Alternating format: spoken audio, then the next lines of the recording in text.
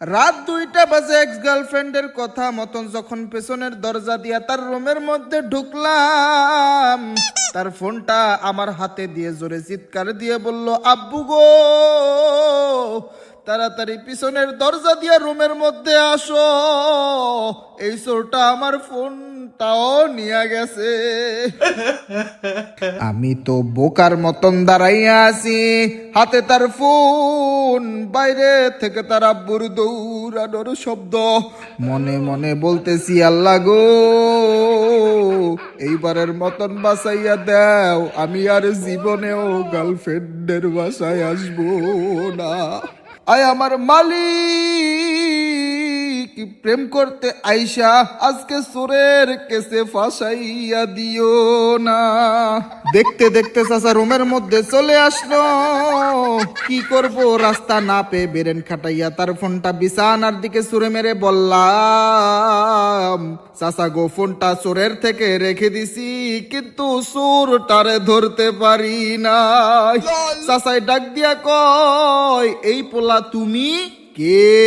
আমি হাঁপাতে হাঁপাতে বললাম, চাচা আমি পাশের রোড দিয়েই যাচ্ছিলাম, আপুর চিৎকার শুনে দৌড়াইয়া আসছি, তখন দেখি এক লোক ফোন হাতে নিয়ে পিছনের দরজা দিয়া পালাইয়া যাচ্ছে। 7-5 না ভেবে ফোনটা আগে থাবা দেই, কিন্তু লোকটারে ধরতে পারি নাই। আমার এক্স তো পুরা অবাক, কিরে এই বলদের মাথায় এত বুদ্ধি আইলো কেমনে? আমার এক্স তো জানে না আমার মাথায় অনেক অনেক বেরেন। আমার এক্স এখন আর কোনো কথা না বলে বোকার মতন তাকাইয়া থাকলো। এই কঠিন সময় বাইরে থেকে এক প্রতিবেশী চিৎকার দিয়া বলল, একটা ছেলে দৌড়াইয়া গলি দিয়া পালাইয়া গেল, মনে হয় এই ছেলেটাই চোর। মানে এক্সের রুমে ঢোকার আগে যারে আমি পালাইতে দেখছিলাম, এখন অবস্থা পুরা উল্টা। এক্সের আব্বু আমার দিকে তাকাইয়া বলল, বাবা তুমি না থাকলে আজকে বড় বিপদ হইয়া যাইতো। আমি ভিতরে ভিতরে বললাম, আল্লাহ গো আজকে যে বাঁচাইছো এই ঋণ আমি কোনো দিনও শোধ করতে পারবো না।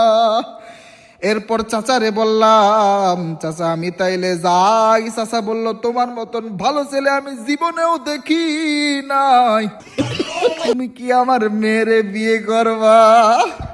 এখন দর্শক আপনাদের কাছেই আমার একটা প্রশ্ন, এই মেয়েকে কি বিয়ে করা ঠিক হবে নাকি ঠিক হবে না, সেইটা কিন্তু কমেন্ট বক্সে বলতে ভুলবেন না।